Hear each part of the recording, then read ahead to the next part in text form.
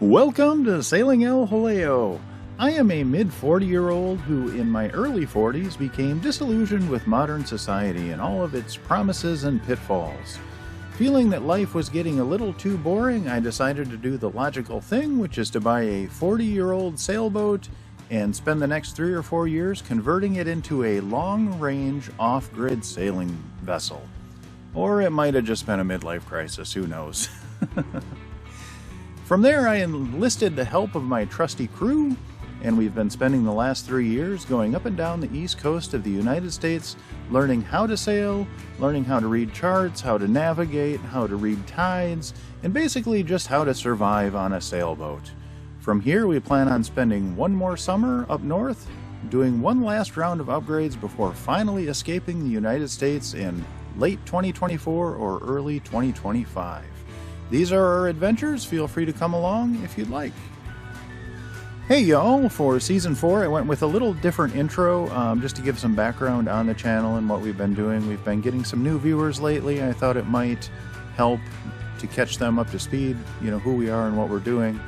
I'm going to try and keep this extra part of the intro really short. It might take me a few weeks to get it down, so just bear with me.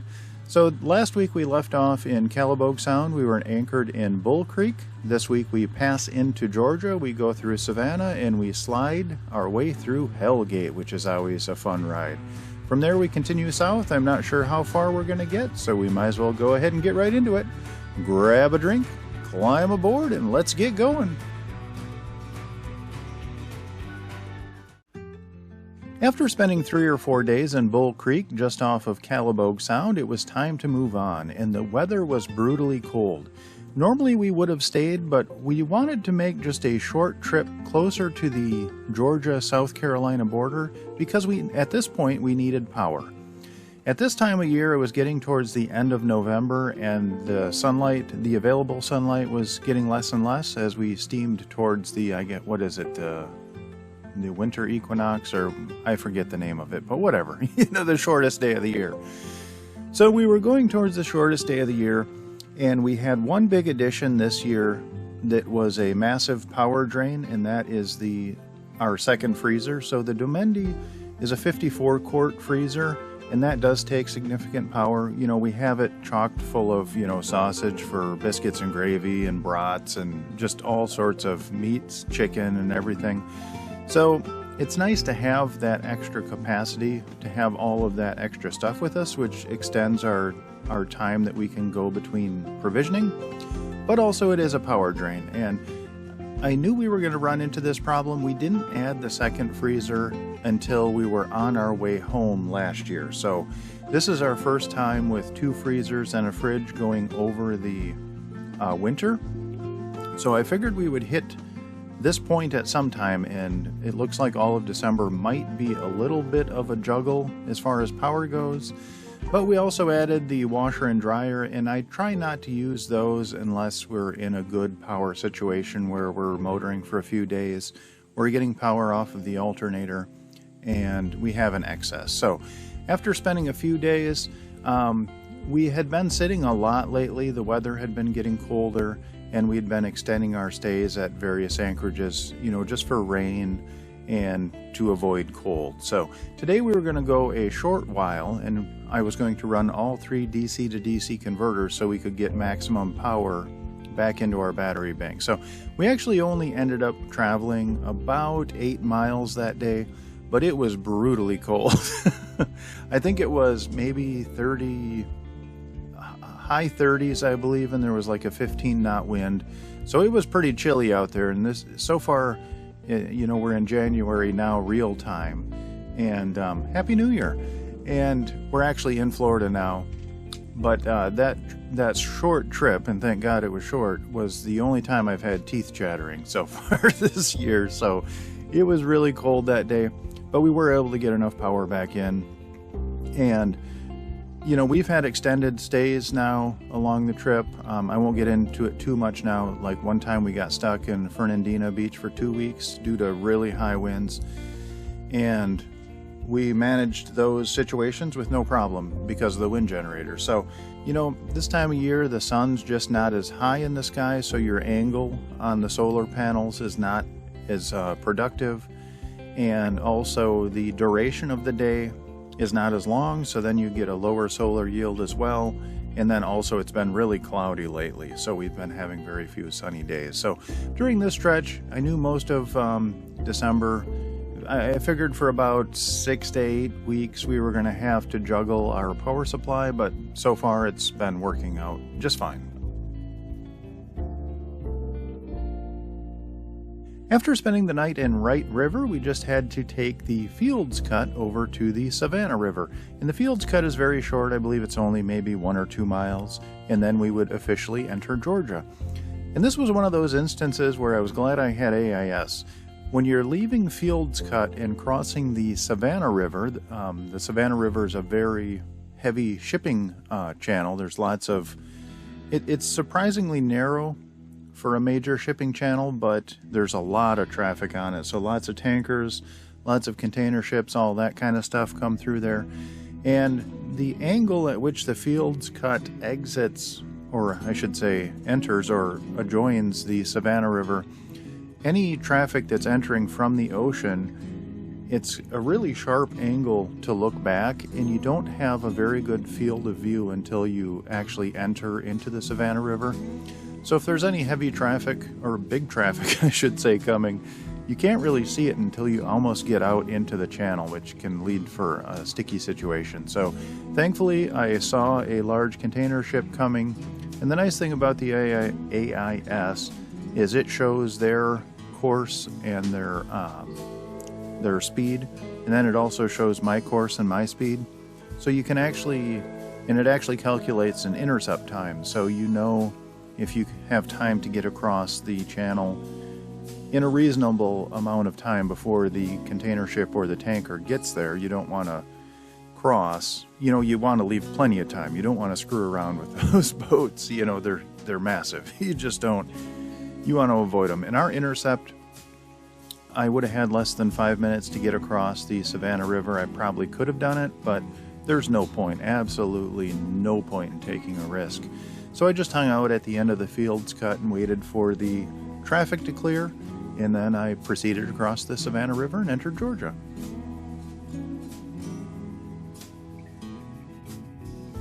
One of the things that I have loved about this whole living on a sailboat experience is you just get immersed into this entirely different world. It's almost like a throwback to the I don't know, the railroad baron days. It feels like you're just stepping back in history a little bit. Everyone, you know, you grow up on a boat, you don't travel outside of your little bubble. You know, I grew up on a lake. We had canoes, pontoons, you know, it's different when you are traveling up and down the Intracoastal Waterway and you're a part of this old school, I don't know, it's really hard to explain. It just feels like you're almost on railroad tracks. I mean, there's more degrees of freedom, obviously, but it feels like riding a train. It's almost like you're doing something that it's an old school, it seems detached from the modern world, and it's a completely separate world. There are different rules. The way people treat each other is differently. The way people interact is different. It's just an entirely different world that is just right there. It's existing within the country, but I don't even know how to describe it. It's so different. It's like stepping back in time and being a part of something that it's like being a part of something that we've lost as a culture or as a society. You know, we're all brothers in a we're all brothers in a storm is, you know, a common saying among sailors, and it rings true. You know, you hear horror stories play out on the radio all the time when there's storms, people offshore, you know, they've lost their sails, they've lost their engine, something's gone horrifically wrong, and people in the area will stay by them and won't leave them, even though, you know, they're putting themselves in danger. And that's part of it, you know. It's helping each other. It's being a community. It's just a wonderful thing. And part of that history are the bridges. There are these wonderful bascule bridges, swing bridges, railroad bridges. It just feels very... Oh, well, and there's Neptune. I don't know if you can hear that. He must have seen a dolphin outside. But anyways, it's just, you feel a part of this, a part of something. And these old bridges are just absolutely phenomenal. When you're going through them at the time, if you have to wait an hour, you can be a little irritated. But it's part of the experience. It's part of going through that old school system. And these bridges are slowly being replaced. And just inside of Georgia is the Costin Bluff Bridge. It used to be a double bascule bridge, and it's just been replaced by, you know, a bridge, a fixed bridge with a 65-foot height, so you can get under it. And it's just, I don't know, it's feels like we're losing a part of that special aspect of the Intracoastal Waterway when these bridges are replaced.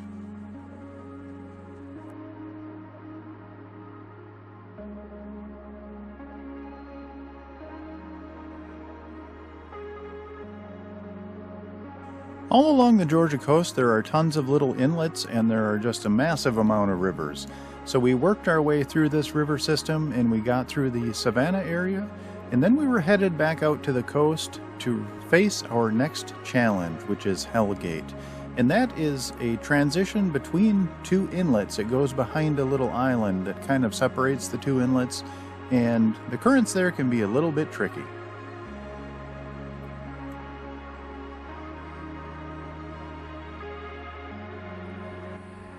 Hey y'all, today we came through Savannah, Georgia, and right now we are anchored in the Vernon River, and the Vernon River is very exposed, pretty much in all directions except from the north. I don't know if that's the northeast, I think it is, or no, I'm sorry, northwest. I'd have to look at my compass, not that it really matters, but otherwise it's exposed in all directions. Tonight's supposed to be really calm though. Right out there is actually the ocean. We are right by an inlet, and we got here around 2, but we had to stop because we got here, right now is low tide, and Hellgate is right over there, and we couldn't have made it through Hellgate with the tide where it was, so we decided to anchor here right on the edge and wait until tomorrow morning to go through that. So it's been cold the last few days. It's this morning when I woke up, I think it was 39 and it was freezing, but we got I don't know, maybe 25, 26 miles under our belts today, so that's not too bad. Tomorrow we hope to do closer to 40. It's supposed to be a lot nicer tomorrow, so that'll be good. But yeah, it's gonna be a peaceful night. We've been burning a lot of fuel in our heater, which is all right, but yeah, I think no matter where we end up in December and January, it's gonna be pretty chilly, but it is supposed to warm up the next 5 or 6 days. It'll be back. I think tomorrow's 61, and then it gets back in the 70s for at least 5 days, so that'll be good. But yeah, all right, I hope y'all are well, and we'll talk to you later. So we left off in the Vernon River. Not the best anchorage, but it's good under certain circumstances, and if you're waiting a few hours to get through Hellgate, that's okay. Hellgate here is a little bit tricky, so as you're going between, basically you're going between 2 different inlets. So as you enter here, you're going to be going in relation to the current one direction, and then once you get here you're going to be going in another direction, then you're going to be going in another direction. So the current changes quite a few times through here, and these currents can be strong. So if you're in a slower boat like what El Jaleo is, you'll actually slide through these things almost sideways. The currents will dictate a lot of what you do. So always trust your navigation program and your vector heading. A lot of times, like when we're coming through this stretch here, if I'm sighting, if I'm looking at where it just looks like I'm pointing the boat, it might look like I'm pointing the boat way over here, you know, in relation to this green channel marker, but my vector heading on my nav program will be in the channel. And that's because the boat is actually being pushed by the current and it's sliding sideways. So in this area, always trust your vector heading on your nav program, especially if you have a slower moving boat, because the currents will they'll play Mary Hob with your mind, because you're like, I know which way the boat is pointed, but I'm not going in that direction on my nav program. So my nav program must be wrong, but it's not. It's that you're actually moving sideways and you just don't realize it. So that can be a little bit tricky there. I have come through here closer to low tide. There is some shoaling through here. I've come through here a couple of feet above low tide. I always go through on a rising tide. I never go through on a I don't know what you'd call it, a lowering tide, a diminishing tide. Just because if I do get stuck on a shoal, it's always better to do it when the tide's coming in than going out. So I always come through here on a rising tide, and I will come through even when we're at low tide plus, 2 feet. And I've never had a problem getting through Hellgate. So once you get through Hellgate, you can continue down.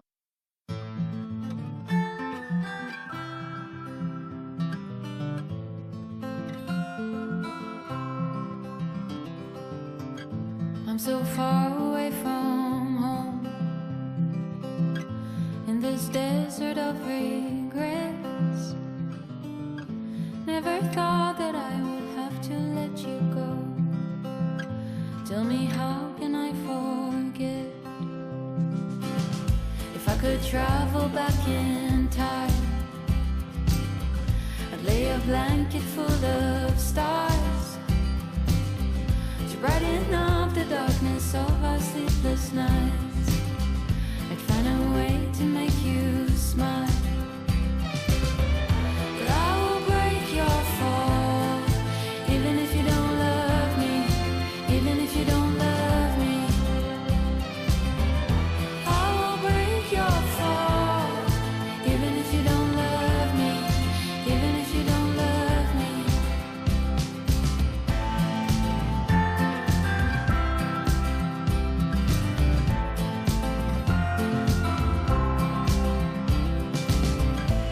Like water in my hands, I guess there's nothing left to say. Never thought that I would have to let you go. I wish that I could make you stay. But I will break your fall, even if you don't love me, even if you don't love me.